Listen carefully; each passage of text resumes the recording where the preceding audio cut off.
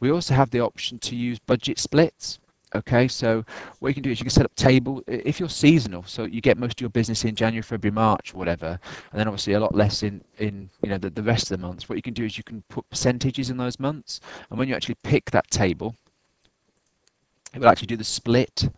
That will split that amount by the same percentage. So obviously that particular split table has got more in January, a bit more in February. You can see it's split that amount over that kind of period. You can copy budgets from um, other codes, and you can also increment it as well. So if I say, right, uh, minus 24,000, increase it by 10% per month, per period, you can see what it does. Okay, you've also got a transaction history.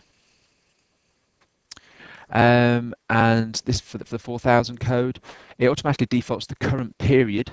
Okay, now what I want to show you is the journals. Okay, so here's an invoice. Okay, let me try and pick a smaller invoice there. Okay, invoice number 4 to J&S Computing or whatever.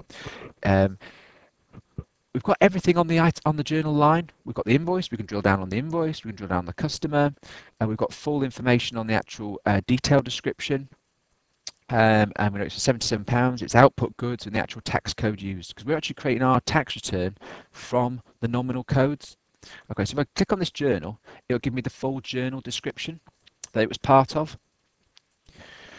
Okay, so we've got a debtors control element, we've got an element for freight, we've got the VAT elements. Okay, we've got the sales elements, and we also have down here the confirmed cost of goods sold. Okay, but the thing I want to get across is that everything is on the journal. You don't have to kind of take the URN reference, then go looking in the nominal and take a report to do this. It's all here. So here's an item line. £82.50 has gone to sales type A. It was invoice number 4. JCS was the customer. That was the stock item. The quantity was 5. It was £16.50 each. Output goods, normal rate tax. You've got everything in the journal. There's the complete journal, proper information. So if I look at cost of goods sold, I can see the cost of goods sold was they were £15 each. That's why £75 was posted for that item. Okay, so let's go back to the chart of accounts and pick on profit and loss. The profit and loss for now. What you can see now is it's using that financial layout we've already set up. Okay, and it's producing summaries. So I've got total sales there. So if I drill down on sales, I can actually see that subcategory there. So I can see that there's a total of 1,519 or whatever, and I can then open that up and say, well, what makes up sales UK? And then it gives me the individual codes. Obviously, you can drill down, and we'll just go to the account tab. But there's a lot of drill down, drill around. Everywhere you see a hyperlink, you can drill down on it, and this is just a very nice way of seeing your profit and loss. Okay. Okay, everyone has to process month end. Okay, so what we thought we'd do is we thought we would put it all in one place. So we created a process month end wizard. So if I go next, all it's doing is it's just reminding me of all the things I need to do. So it's saying, well, are there any recurring entries in the customer ledger that that have been set up but we've not done yet? So it's recurring orders, recurring purchase orders, recurring standing orders, direct debits, recurring journals. Okay, any unposted transactions? Do we need to do any prepayments? All it's doing is just reminding me of all the things that we've just looked at to do it in one place, and reports that I need to take. And I look at close period. It's saying to me that, okay, all these periods are closed. We're in November. Okay, December's open. If I try and close the period and there's unposted transactions waiting for November, it's going to say to me, do you want to post these transactions now? Because it's not going to let me close the period when it's got open transactions for November. Okay, so if I said yes, it will automatically launch the batch processing, the batch posting mode. Okay, so I'm just going to say no. Okay, so what I want to show you here is, though, there's a very, very easy way to do your month end and remind you of all the things you need to do.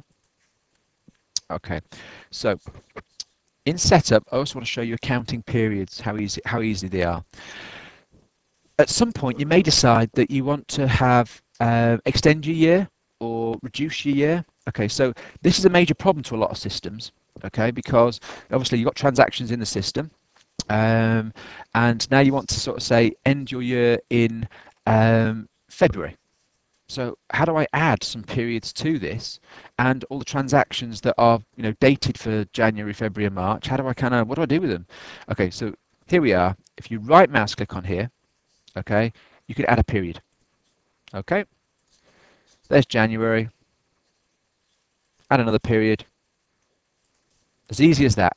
Okay, now what it's doing, okay, when I save, okay, is that it's changing all the transactions that are not posted, okay, being dated whatever. So let's say these are, well, it's already done these, but let's say it's reperiodized, okay, these transactions. This was dated January, so that would have had fiscal year 2 period 1 on it, okay, but now it's got fiscal year 1 period 13 because we've just changed those, okay. So by adding these two periods, it went through all the unposted journals and reperiodized them for you. Simple as that. And if I wanted to get rid of them, yeah, let's kind of delete that period. Yeah, let's get rid of it. Let's get rid of that one. Okay. And say save. Okay. So now when I come back to this list, okay, here, let's remember this. The build to 3rd of the 1st, refresh the list, and hopefully it's got fiscal year 2 on it now, period 1.